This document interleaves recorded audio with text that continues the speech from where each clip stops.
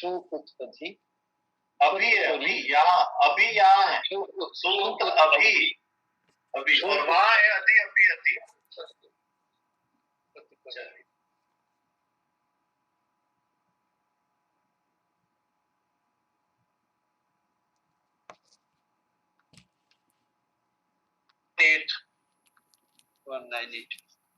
चलिए उर्मिला जी,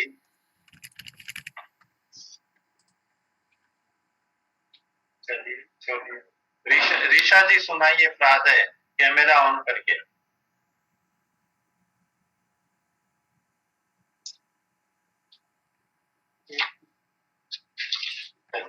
वो भी नहीं सुनाना चाह रहे। शारदा माता जी, हाँ जी सुनाइए। प्र पर अप सम अनु अव निस निर दुस दुर वियांगनी then adhi api adi api ati adi api atisu ut adi api atisu ut abhi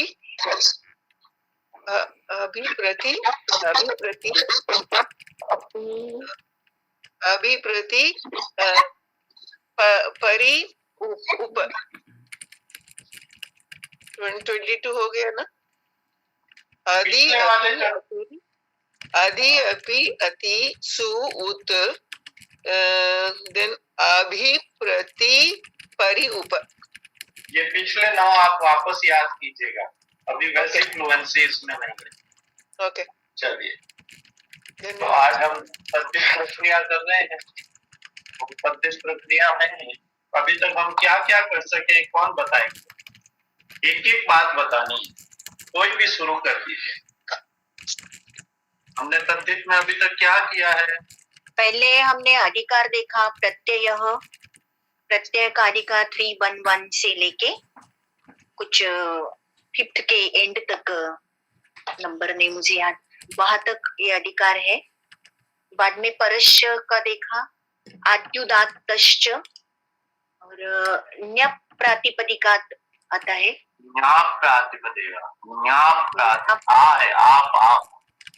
nap प्रातिपदिकात start तो कर दिया मैंने। नहीं, अभी अधिकार पूरा बता दीजिए, एक अधिकार तक चलिए, तद्धित में आके रुकिए।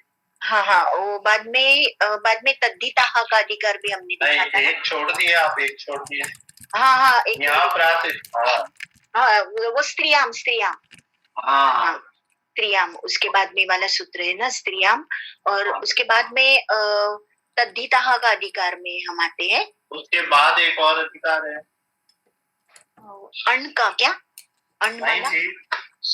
एक मिनट, हाँ बराबर। पहले समर्थानाम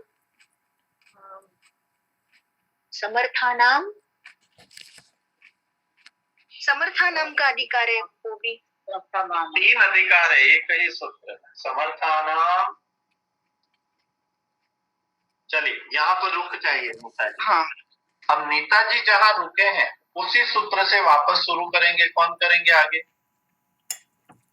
जिसको लगता है वो करिए।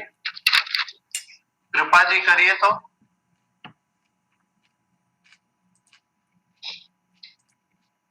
मुझे तद्धित इतना अच्छी तरह से नहीं आता है, प्रयत्न करूंगी बस। आप कम अच्छे तरह से बताइए। समर्थानाम पदविधि नहीं जी, समर्थानाम, यह सूत्र समर्थानाम के आगे। उसके बाद क्या आता है? सूत्र बोलिए पूरा। नहीं, वो समर्थ पद विधि है, वो जो आप कहना चाह रहे हैं। ये समर्थानाम आगे 2 पद और हैं इस सूत्र में। समर्थानाम, ये तद्धित प्रत्यय कैसे होता है वो सारा कुछ इसी में खेल है। चलिए आप वापस वापस देख के तैयार रहिए कृपा जी। चंद्रिका जी आए हैं क्या? हाँ बताइए चंद्रिका जी। समर्थानां प्रथमाद्वा आएगा। हाँ तस्य कृपा जी पकड़े सूत्र। प्रथमाद्वा हाँ और वापस अधिकार बताइए। चलेगा तस्य। नहीं पहले हमें समर्था नाम प्रथमा द्वा समझाइए नहीं चंद्रिका जी।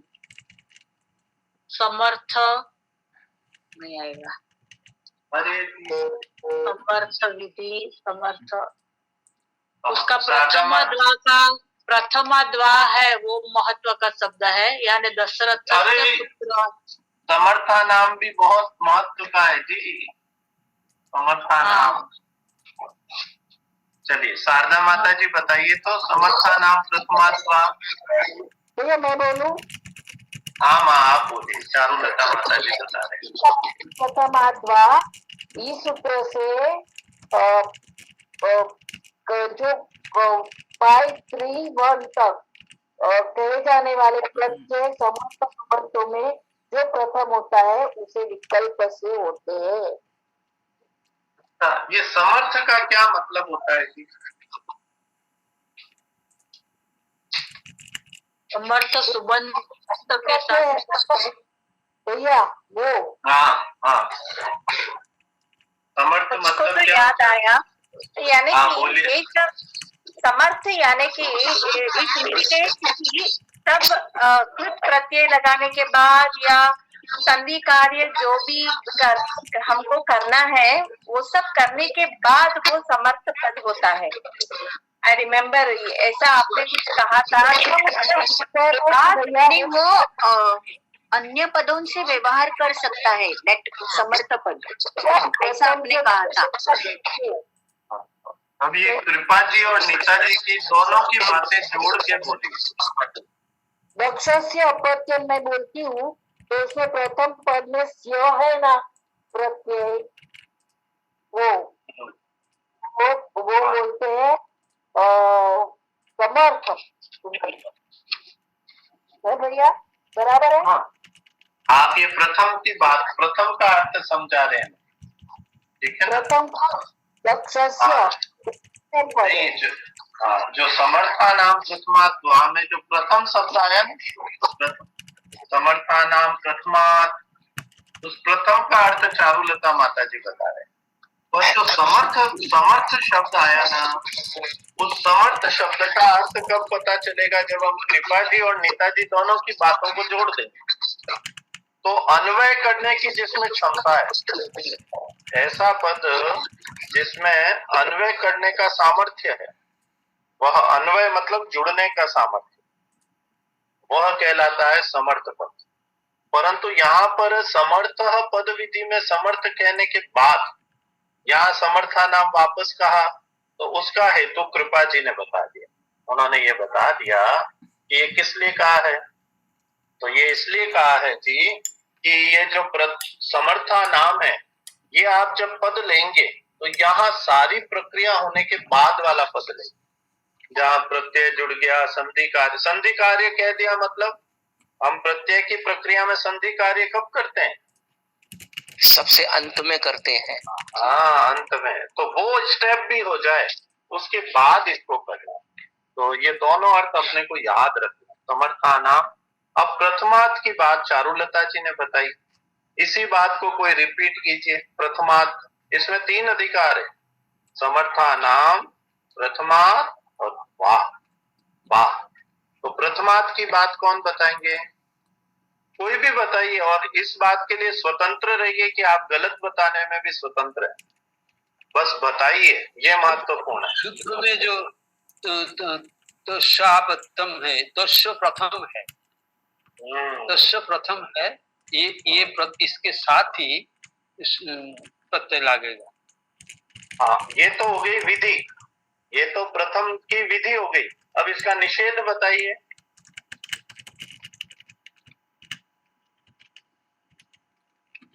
ये किसको प्रथम नहीं मानना है? आपने जिसको मानना है वो बता दिया, तो किसको नहीं मानना है? दशरथ अपत्तम, इनमें अपत्तम शब्द को नहीं मानना। हाँ, ये कैसे पता चला? समर्थ शब्द षष्ठंत जो समर्थ पद हुआ है, षष्ठंत, इसको प्रथम के साथ जुड़ना है। तस्यापत्यम, इस सूत्र में जो प्रथम उच्चारित हुआ है, तस्य प्रथम उच्चारण हुआ है, अपत्यम बाद में हुआ है। समर्थानां प्रथमाद्वा, ये तस्य प्रथम उच्चारण होने के कारण इसके साथ ही जुड़ेगा। यहाँ निषेध और विधि क्या है?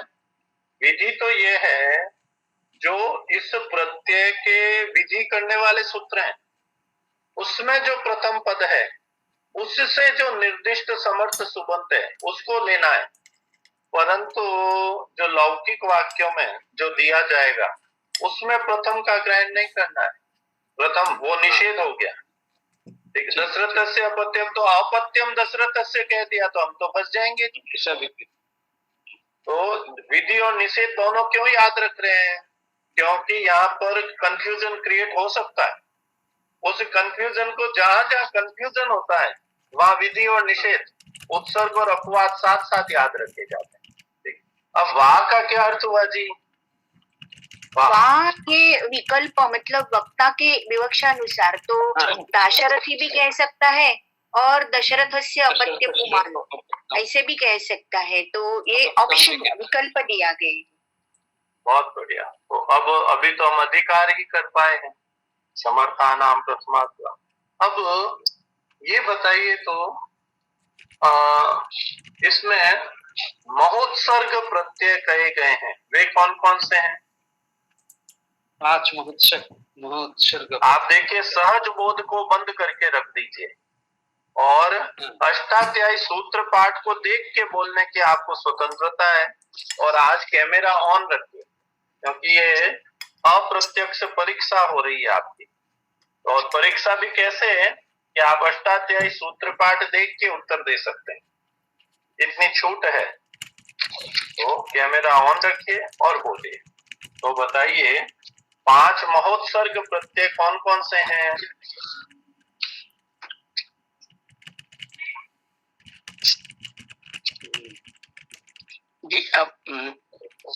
हाँ नारायण जी, और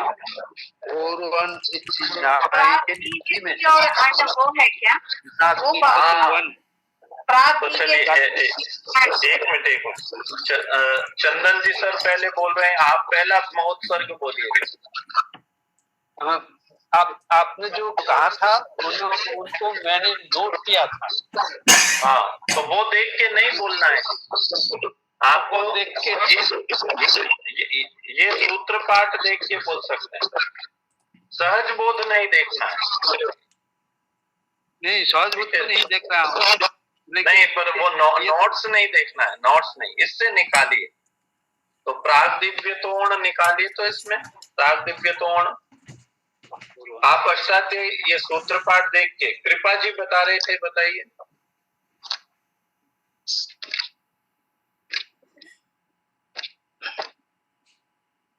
नारायण जी सर बता सकते हैं, कोई भी बताइए। उस दिन जो आपने बताया था वो नोट किया था, उसी को देख के मैं बता रहा। नहीं, ऐसा नहीं कीजिए। देखिए ये सूत्र पाठ है ना जी। प्राग दिव्य तो नण, ये जो है वो जहाँ तक दिव्यटी ऐसा कुछ तेन दिव्यटी कुछ है वहां तक वो चलेगा, है ना? प्राग मतलब बताने वाला। दिव्यटी निकाल लीजिए, वो ढूंढना पड़ेगा। मैं बताऊं?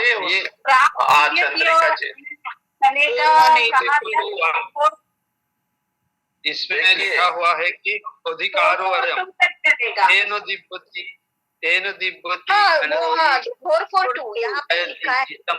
उसी में ही लिखा है, 442 तक है। तेन दिव्यति खन्नति जयति जीतम। हाँ, इससे पहले तो ये 4-3 पूरा इसमें आ जाएगा, 4-3 का पूरा। तो प्राग दिव्य तोण का अधिकार कहाँ तक चलेगा? 4-183 to 442 है ना? हाँ। अब बताइए ये कितने अर्थों में होगा अण? 45 ये 44 दिए है यहाँ पे ना, 44 दिया ही है वहाँ, 45 है ना? अनको साथ में लेकर 45 हाँ, अब देखिए अण भी इसमें आ जाएगा ना, प्रागदिव्यतीय अर्थ हो जाएगा। अब अगला लीजिए महोत्सर्ग प्रत्यय, तो अण के बाद अगला महोत्सर्ग, ये तो तेन दिव्यति के पहले जो है प्राग वहते ठक, तो ये महोत्सर्ग प्रत्यय कौन सा हो गया? ठक। और इस अधिकार को क्या कहते हैं? प्राग वहतीय ठगाधिकार, प्राग वहतीय ठगाधिकार, है ना? पहला क्या था? प्राग दिव्यति अणाधिकार, और अब दूसरा क्या है? प्राग वहतीय ठगाधिकार। और केवल अष्टाध्यायी सूत्र पाठ को अपने को देखना है। अब देखिए ये जो 441 है, यहाँ से ये कहाँ तक चलेगा? 4476, और वहती शब्द आ रहा है, उस वहती को पढ़िए और तुरंत वापस जुड़िए। अपना पीरियड हो रहा है ये, तो एक बार वापस जुड़ना पड़ेगा। अच्छा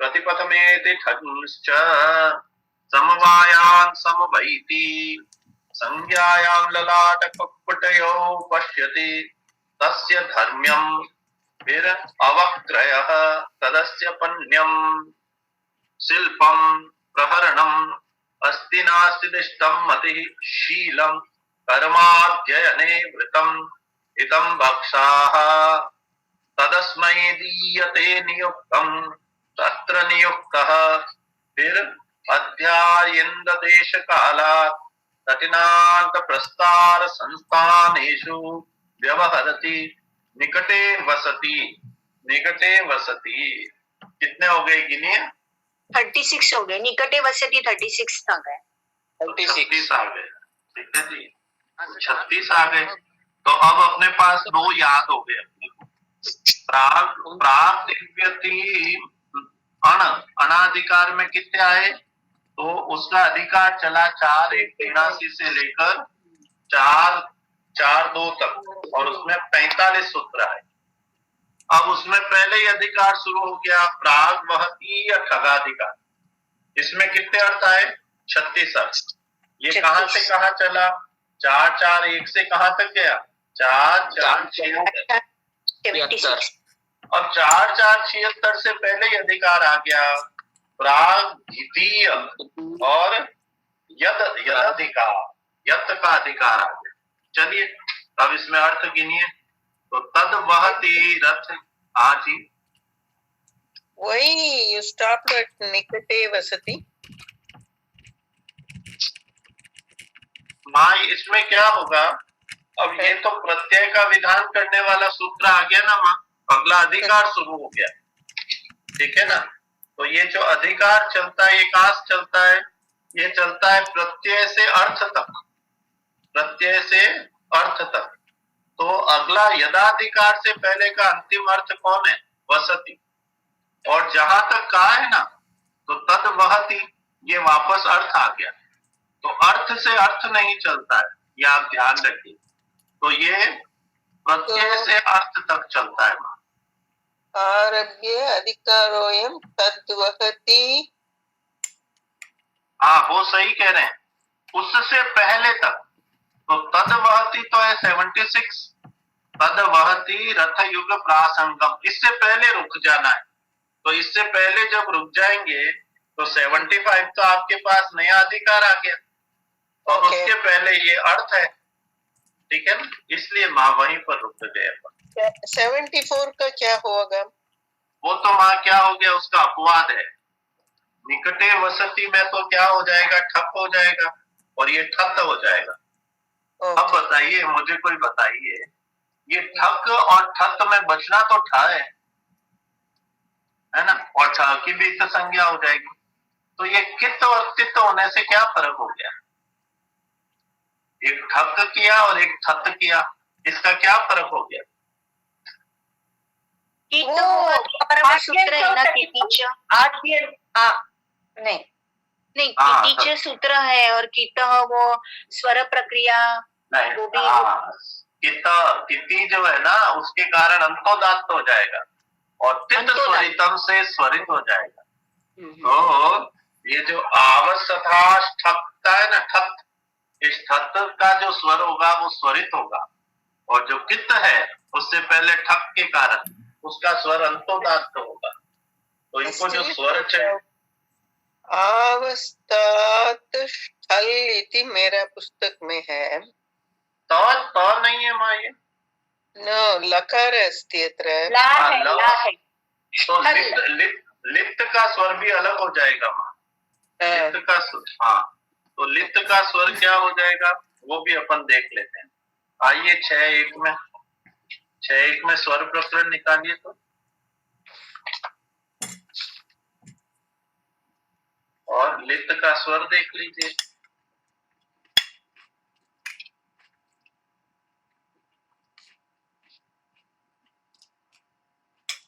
बताइए लित का स्वर, ये देखिए लित का स्वर आद्युदात्त तो हो जाएगा। ये आद्युदात्त में जो 190 नंबर सूत्र है ना, 190 वो लिति है, उसमें से ऊपर आद्युदात्त आ गया। और ये जो कित है वो 162 है, 162, तो इसका अंतोदात्त हो गया। तो स्वर बदलने के लिए उसके अनुबंध को बदला है। 6-1 मान, 6-1 is what? 6th अध्याय। 190 is लिपि। 6-1-191। ओहो, ओके। तो ये मान लिपि जो कहा है ना, तो ऊपर से आद्युदात्त की अनुवृत्ति आएगी। ये तो स्वर हो गया आद्युदात्त। और 160 पर देखिए, 162 वहां लिखा है कितः, या अंतोदात्त की अनुवृत्ति आएगी, कर्षात् तो गयोन्त उदात्त। तो इस अनुबंध का ये लाभ मिलेगा। चलिए अब अपने पास कितने हमने सीख लिए जी, 2 सीख लिए। अब तीसरा अधिकार यत अधिकार, और ये कैसा है? प्रागीतीय। तो वहां तक जाइए तो 515 तक कह रहा है। तो 51 तस्मै हितम, ये ह को घ हुआ है, ठीक है जी। तो अब इसमें गिनिए तो कितने हो गए? तो तद वहति रथयुग प्रासंगम, फिर चलिए विद्यत्य धनुषा धनगणम लब्धा वशम गतः पदमस्मिन् दृश्यं मूलमस्या बर्हि ग्रहपतिना संयुक्ते ह्यः धर्मपथ्यस्तन्यायादन पेते छंदसो निर्मिते हृदयस्य प्रियः वा हृदयस्य प्रियः, उसमें यत होता है। बंधने बंधने चर्षो है ये, फिर बंधने चर्षौ मत जनहलाद धरण जल्पकर्षेषु तत्र साधु समान तीर्थे वासी समानोदरे शयित औचोदात्तः, ठीक है। फिर चलते रहिए भवे छंदसी, ठीक है। इसको अपन वापस देखेंगे क्योंकि यहाँ एक भवाधिकार आया है। भवे छंदसी और बरहिसी दत्तम दूतस्य भाग कर्मणि रक्षो यातु ना हननी रेवती जगति हविष्याभ्य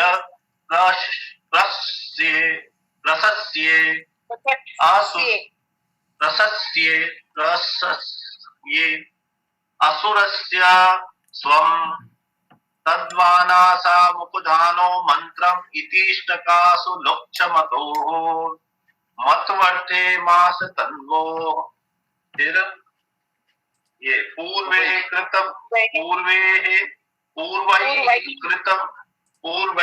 कृतमिनयौ च अद्भिः संस्कृतं सहस्रेण ये क्या? ये मेरे कटा हुआ है।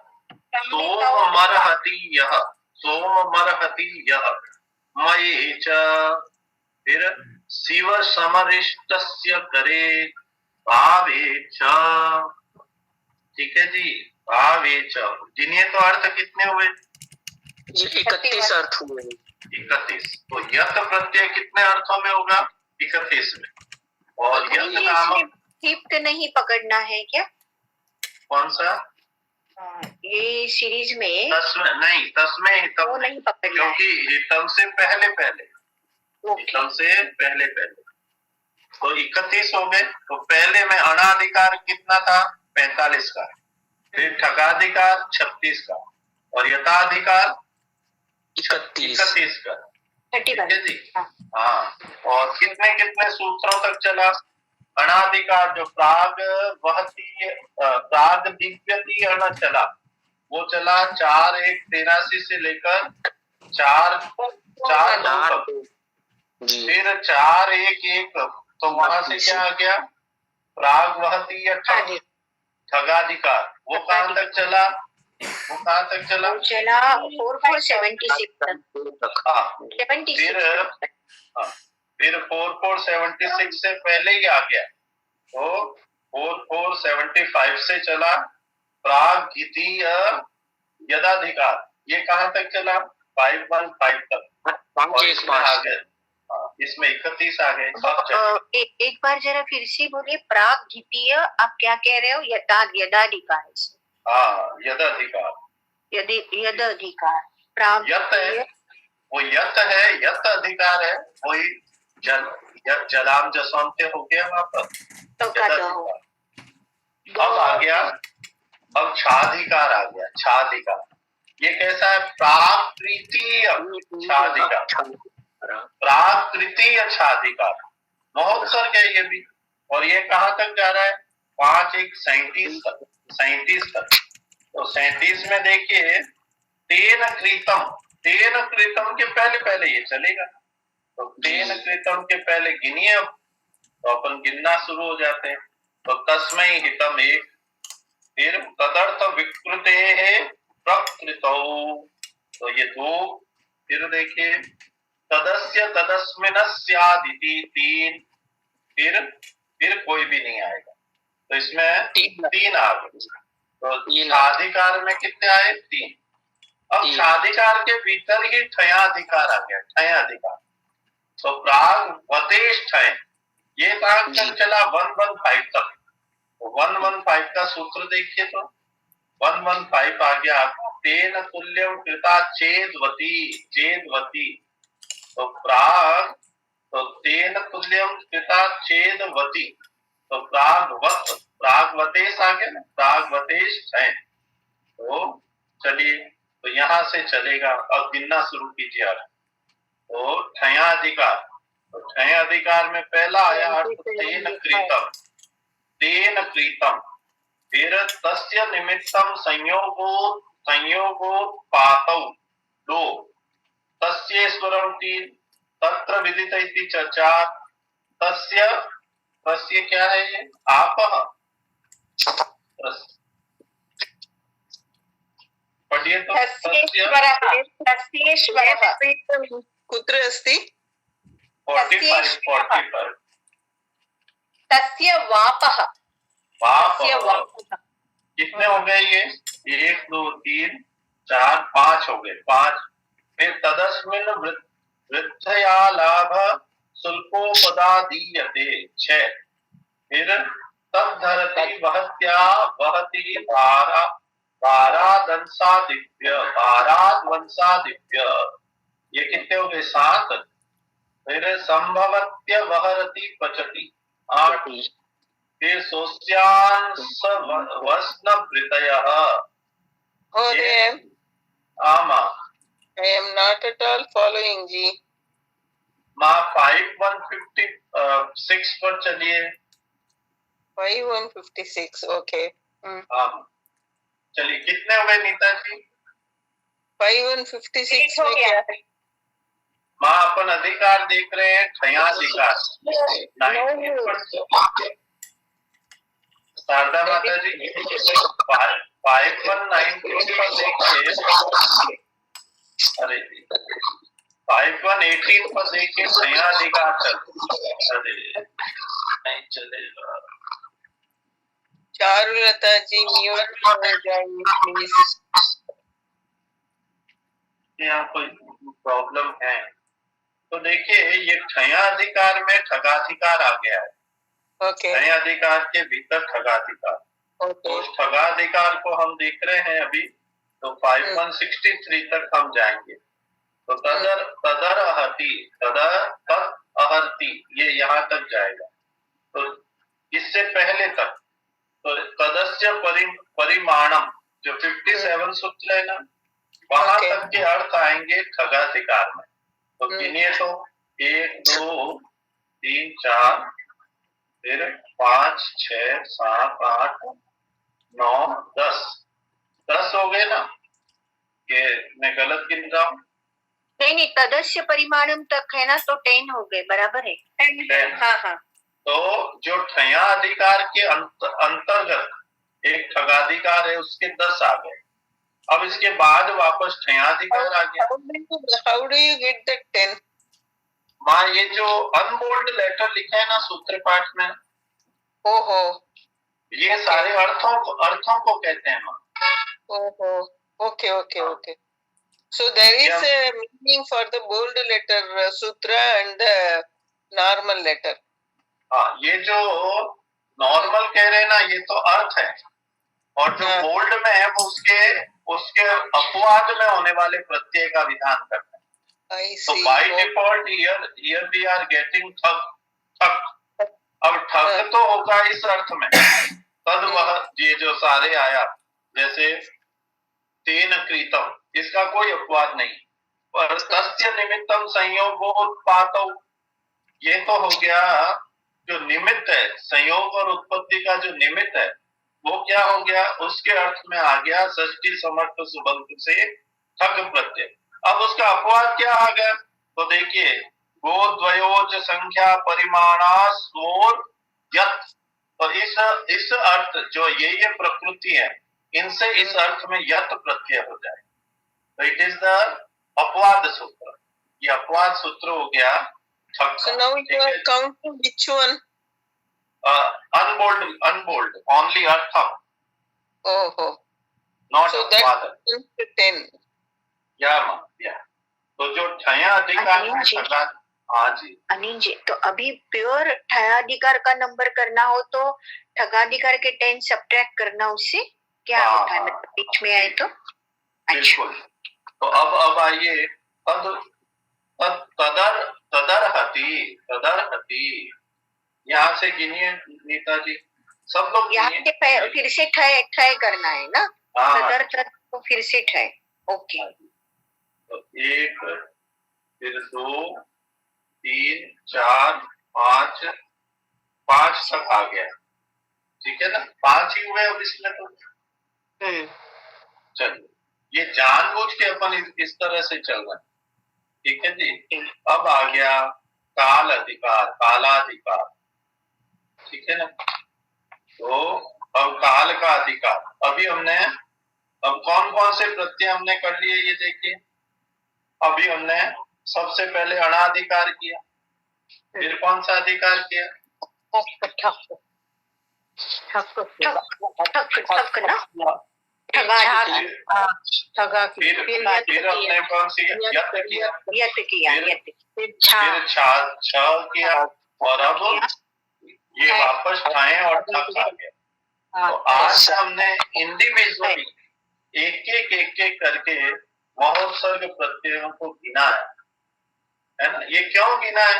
ये तो पुस्तक में बहुत सरलता से दिया हुआ था। अब आप थोड़ा सा इस तरह से देखेंगे तो आपको ये अपनी आंखों से निकालने पर ये पता चलेगा कि ये कितनी सरल प्रक्रिया है, बहुत ही सरल प्रक्रिया है जी। तो हम धीरे धीरे इससे फैमिलियर हो जाएंगे। तो आप लोग प्लीज, अच्छा आप 2-3 बातें और कर सकते हैं, पर आज नहीं करेंगे।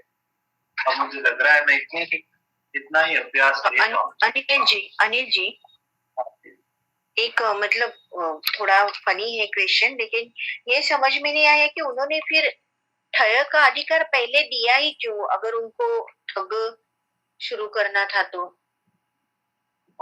ये अपन करेंगे, ठीक है। पर अभी अपन ने 5 अधिकारों को आंखों से निकाल लिया इसमें। तो अब उसमें ये एक प्रश्न आ गया जी, उन्होंने पहले ठयाधिकार देके फिर वापस ठगाधिकार क्यों दे दिया, है ना? तो इसकी भी एक कथा है, उसको हम करेंगे, ठीक है ना? इसका भी एक और नाम हो जाएगा, वो अपन देखेंगे अगली बार जब भी बैठेंगे तब उसको देखेंगे। आज इतना ही अभ्यास ले पाऊंगा मैं। धन्यवाद। आज हमने ये देखा, बहुत अच्छा हो गया अनिल जी, डायरेक्ट देखा चित्रपाठ से। तो अब आप धीरे धीरे थोड़ा तरकीब को समय देना आरंभ कीजिए, ये नाराज हो जाएगा। नहीं तो क्या होता है, घर में कोई गेस्ट आता है ना, सबको इक्वल अटेंशन चाहिए, नहीं तो उनमें ईर्ष्या का भाव आ जाता है। अच्छा वो उसकी खास है तो ये कह देंगे इनके कारक तो खास है और हम तो गौण हैं, तो फिर ये गौण अतिथि होकर नाराज हो जाएंगे। अब इनको तरकीब को थोड़ा समय दीजिए, ठीक है जी। काल में आ नहीं सकता, इसलिए कि बंगाली में जो दुर्गा पूजा, दुर्गा महोत्सव होता है ना, इसके बाद लक्ष्मी पूजा है। काल पूर्णिमा में पूजागौरी लक्ष्मी पूजा है, सबके घर घर में इस पूजा अनुष्ठान होता है। तो आप हमारी तरफ से प्रणाम कीजिएगा सर, आप चिंता मत कीजिएगा, आप आएंगे तब अपन रिवाइज कर लेंगे, ठीक है? आप पूजा की प्रणाम भगवान आप सभी को। धन्यवाद।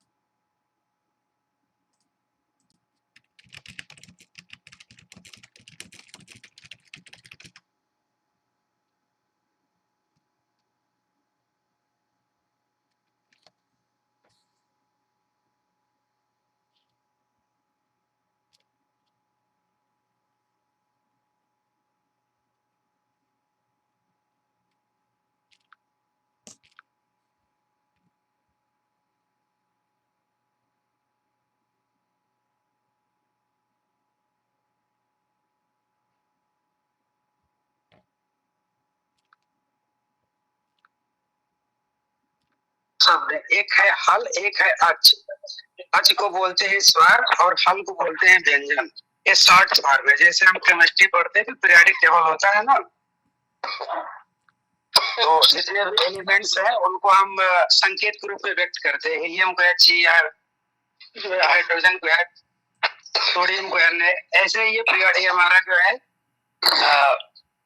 प्रत्याहार है।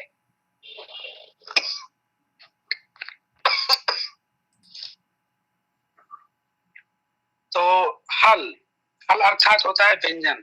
जब भी हम व्यंजन कहेंगे या हल कहेंगे तो आप समझना व्यंजन कह रहे हैं।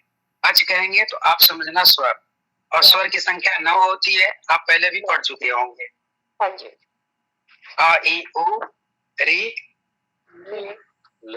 ए ओ आई औ, ये मूल जो है 9 स्वर होते हैं। तो उपदेश अवस्था में विद्यमान, सूत्र का अर्थ है उपदेश अवस्था में विद्यमान। विद्यमान का अर्थ होता है उपस्थित। यदि भाषाई समस्या किसी को होगा तो कोई बोल सकता है अभी। उपदेश अवस्था में विद्यमान अंतिम हल वर्ण एक संज्ञक होता है। तो सबसे पहला वर्ण है सूत्र के अर्थ का उपदेश। तो उपदेश होता क्या है, उपदेश किसे कहते हैं? तो पारनी जी ने अपने मुखार बिंदु से श्रीमुख से जो कहा था उसी को हम उपदेश कहते हैं। आद्य उच्चारण जो है वही उपदेश है। तो आद्य उच्चारण क्या है? तो कहें कि धातु है, सूत्र है, प्रत्यय, आगम और आदेश, ये सभी उपदेश है। और ये जो मेरा माहेश्वर सूत्र है 14, ये सूत्र है और सूत्र उपदेश में आता है, इसीलिए जो है ये उपदेश है।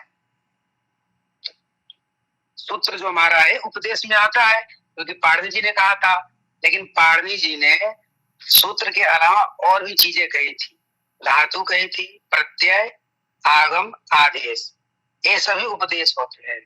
इन उपदेशों की सूची में सूत्र भी है, और हमारा माहेश्वर सूत्र जो 14 वाला है ये भी सूत्र है, अर्थात ये उपदेश है। इतना स्पष्ट हुआ? हाँ। तो उपदेश अवस्था में विद्यमान, तो उपदेश हो गया ज ब ग ड दस। बोलिए, उपदेश हुआ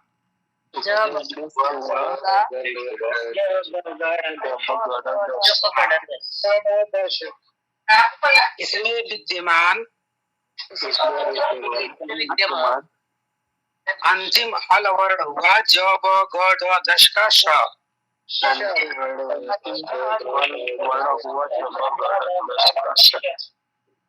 इस वाक्य को मैं फिर से दोहराता हूँ। उपदेश हुआ ज ब ग ड दश, अंतिम हल वर्ण हुआ ज ब ग ड दश का श। उपदेश हुआ ज ब ग ड दश और ज ब ग ड दश का स। देखिए, उपदेश हुआ जब गढ़ दश और अंतिम हल वर्ण हुआ जब गढ़ दश का स। क्यों? क्योंकि हम जस प्रत्याहार बना रहे हैं, 10वें सूत्र को लेकर प्रत्याहार की सिद्धि कर रहे हैं, इसीलिए केवल इसी सूत्र पर विचार कर रहे हैं। उपदेश हुआ जब गढ़ दश, अंतिम हल वर्ण हुआ जब गढ़ दश का श, अतः श इत संज्ञक हुआ। इतना समझ में आया सबको? जिसको नहीं आया कोई बोल सकता है। आ गया। सबको स्पष्ट हुआ? यस। हाँ। बीच में 2 सूत्र पढ़ाया था शशांक जी ने, आदिरंत्यन आदर्शनम लोपा और तस्य लोपा। तो आदिरंत्य तस्य आदर्शनम लोपा को समझ लेते हैं पहले क्या होता है। आदर्शनम लोपा का अर्थ होता है कि जो विद्यमान हो लेकिन सुनाई ना दे, दिखाई तो दे लेकिन वो सुनाई ना दे। लोक में और शास्त्र में। हाँ, लोक मतलब हमारे व्यवहार में, और शास्त्र का मतलब जो ग्रंथ हमारी है ये व्याकरण शास्त्र, इसमें दिखाई तो दे लेकिन सुनाई ना दे। ऐसा क्यों? तो व्याकरण जो है शब्दानुशासन है, शब्द शास्त्र है, और शब्द को हम कान से सुनते हैं, समझते हैं, आंख से देख करके हमको नहीं पता चलता है कि कौन सा शब्द है। जैसे अवर्ण लिखा है और मैं केवल लिख दूं, आपको कभी सुनाई ना दिया हो कि अ है, आपको पता नहीं चलेगा कि अ है। चलेगा पता? नहीं पता चलेगा। तो शब्द जो है कान से सुने जाते, आंख से देखे नहीं जाते। इसीलिए अदर्शन का अर्थ जो है इस सूत्र में न दिखाई देना है। न दिखाई देने की अपेक्षा सुनाई देना ही युक्त है, ऐसा समझे आप। तो अदर्शनम लोपा का अर्थ समझ में आ गया? स्वामी जी, दिखाई ना दे या सुनाई ना दे? दिखाई तो दे लेकिन सुनाई ना दे। सुनाई ना दे। हाँ जी, अदर्शन का अर्थ यहाँ पे होगा कि सुनाई न दे, दिखाई दे। ऐसा क्यों है? क्योंकि ये शब्द शास्त्र है और शब्द हम कान से सुनते हैं, आंख से देखे नहीं जाते हैं। शब्द साधु है या असाधु, विवेचन कान करता है। जैसे श 3 प्रकार का है, मूर्धन्य, दंत और तालव्य। तो आपको सुन के पता चल जाएगा कि कौन सा स का उच्चारण है। ऐसे ही। और कोई डाउट एनीबॉडी, किसी को?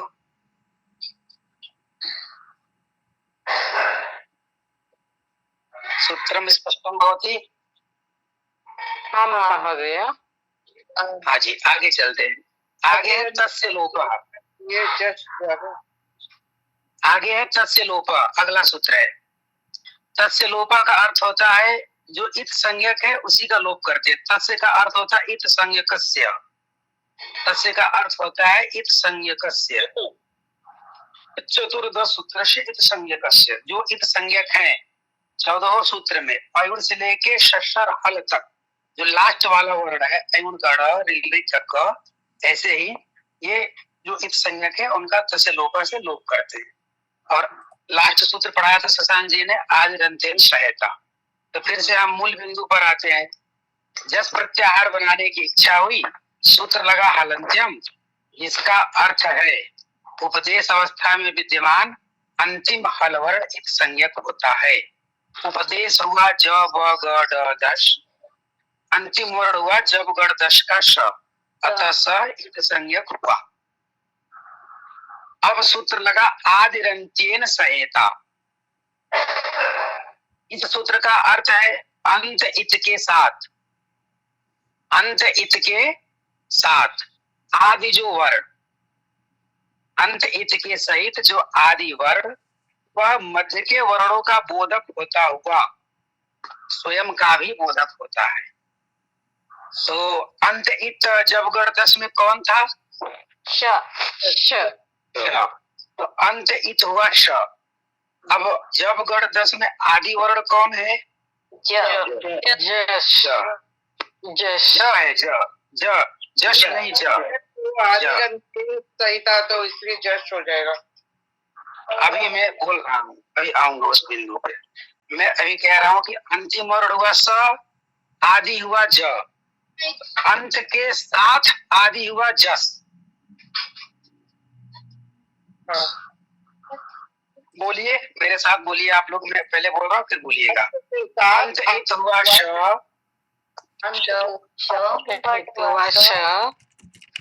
आदि वर्ण हुआ ज,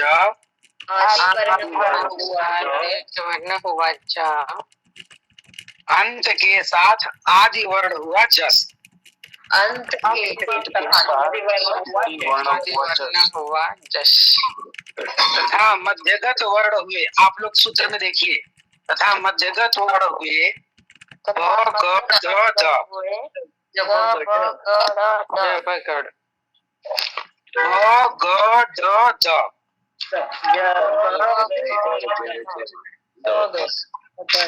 और सूत्र का अर्थ कह रहा है कि मध्य के वर्णों का बोध कराता हुआ स्वयं का भी बोधक होता है।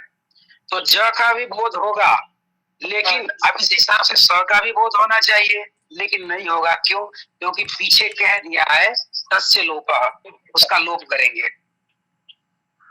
तो इस प्रकार से जस कहने से जकार आदि शांत समुदाय वर्णों का बोध होता है। जस प्रत्याहार बनाने में किसी को कोई दिक्कत है तो बोल सकता है। अंतिम वाक्य फिर से बताएं। अतः जस कहने से जकार आदि शांत समुदाय घटक वर्णों का बोध होता है। ठीक। देखिए जकार आदि मतलब जस प्रत्याहार बना रहे हैं तो ज आदि में है, ज आदि में तो उसमें आद्य अवयवता भी है, और स लास्ट में है। स की इत संज्ञा हुई तो शांत है, क की इत संज्ञा होगी तो कांत कहलाएगा, च की इत संज्ञा होगी तो चांद कहलाएगा, प की इत संज्ञा होगी तो पांत कहलाएगा। ऐसे यहाँ पे स की इत संज्ञा है जब जस में, इसीलिए शांत बोलेंगे इसको। और ज है आदि में तो जकार आदि शांत समुदाय वर्णों का बोध होता है। किसी को जस प्रत्याहार बनाने में कोई समस्या नहीं है। नहीं, वो कोई प्रत्याहार बनाएगा, एक मैं बोलूं इसमें 17 अंक है ना, मतलब श श स र और मतलब जब गड़ दश और श श स र, ये दो सूत्रों के बीच के वर्ण देगा। नहीं वो तो केवल मैं केवल 10वां सूत्र 10वें नंबर का सूत्र लेके प्रत्याहार बनाया था। मैं एक प्रत्याहार और सिद्ध कर रहा हूँ।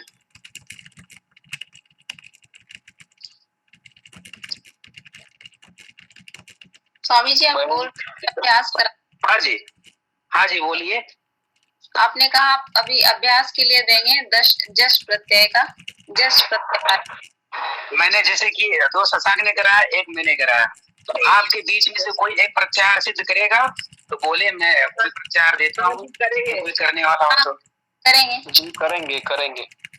तो चलिए बंधु आप जो है अक प्रत्याहार की सिद्धि करिए। अक हाँ ये वो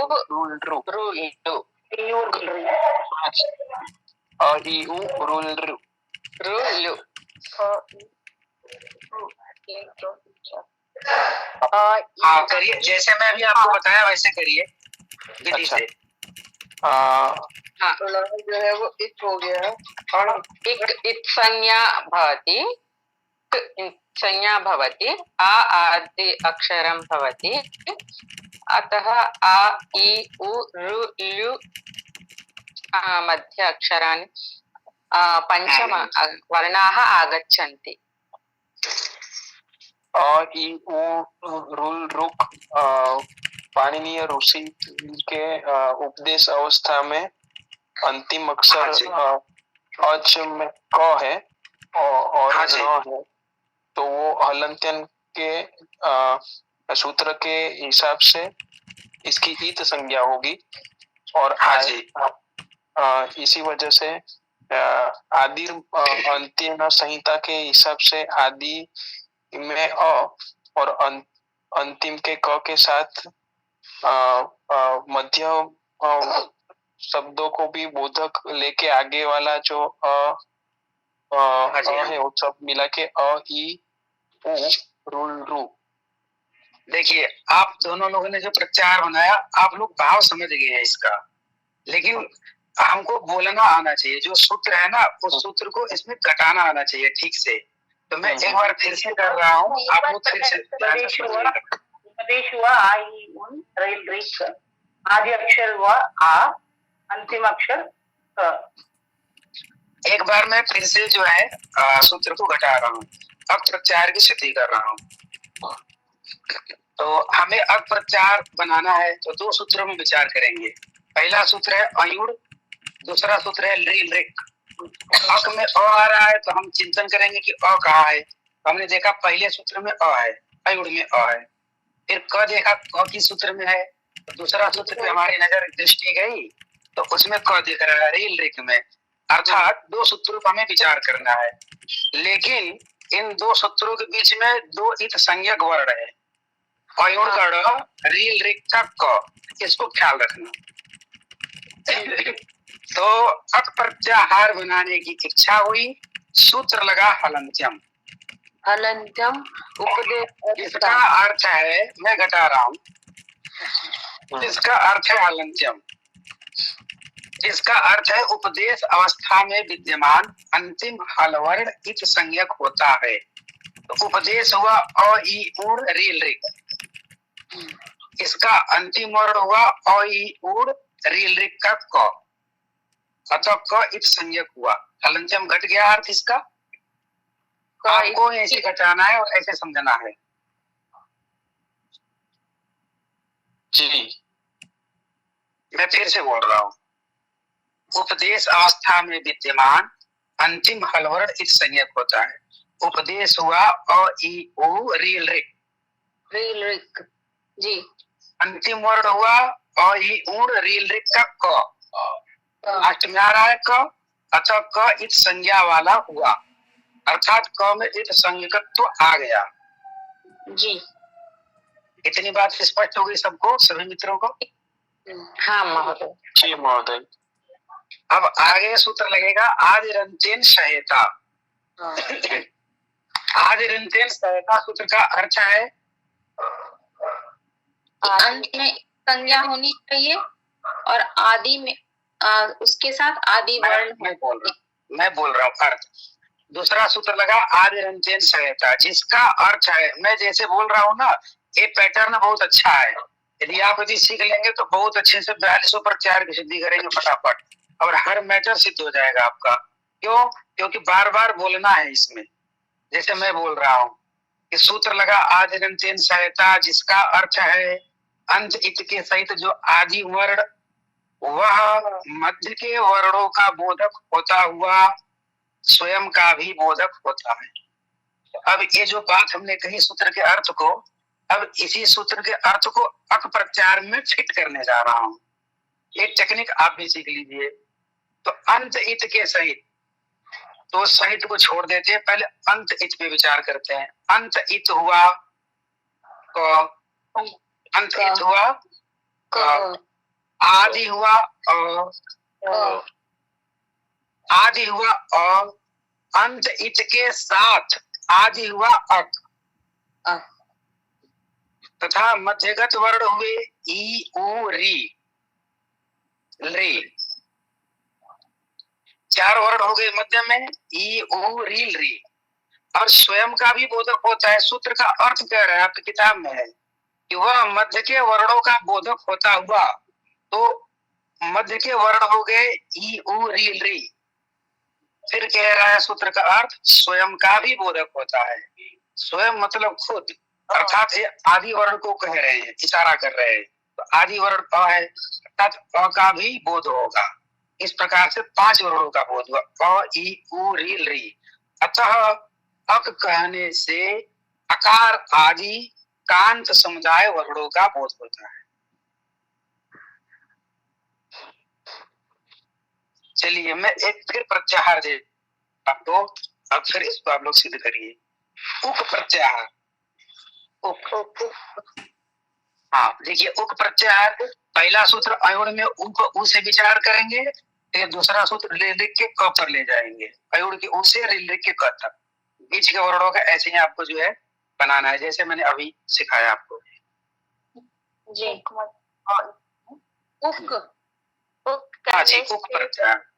उक कहने से प्रथम और द्वितीय सूत्र का बोध हो रहा है। तो इसमें जो उक उक है, तो कब आप ऐसे बोलिए, उक प्रत्याहार बनाने की इच्छा हुई, उक प्रत्याहार होने की इच्छा हुई, सूत्र लगा हलंत्यम, सूत्र लगा हलंत्यम, जिसका अर्थ है, इसका अर्थ है अंतिम उपदेश अवस्था में विद्यमान, उपदेश अवस्था में विद्यमान अंतिम वर्ण की इत संज्ञा होती है। अंतिम हल वर्ण की संज्ञा होती है। अंतिम हल वर्ण की इत संज्ञा होती है। तो उपदेश हुआ ऊण रूल, नहीं ओ रील रिक, उल रील रिक, हाँ, अंतिम वर्ण ऊण रील रिक में हुआ कहलत्यम। इसका अंतिम वर्ण हुआ, इसका अंतिम वर्ण हुआ हाँ जी। यशवंत जी हैंड जो है रेज किए हैं, बोलिए कोई प्रश्न है तो। जी महोदय, एक प्रश्न है। जो आदिरंतेन सहायता जो है वो कह रहा है कि अंतिम जो हल वाली अक्षर है उसका वो एक संज्ञक है, लेकिन इसमें जो कह रहे हैं कि बीच के वर्णों के साथ खुद का भी स्वयं का भी बोधक होता है, तो वो सूत्र कौन सा है जो बोल रहा है कि स्वयं का भी बोधक होता है?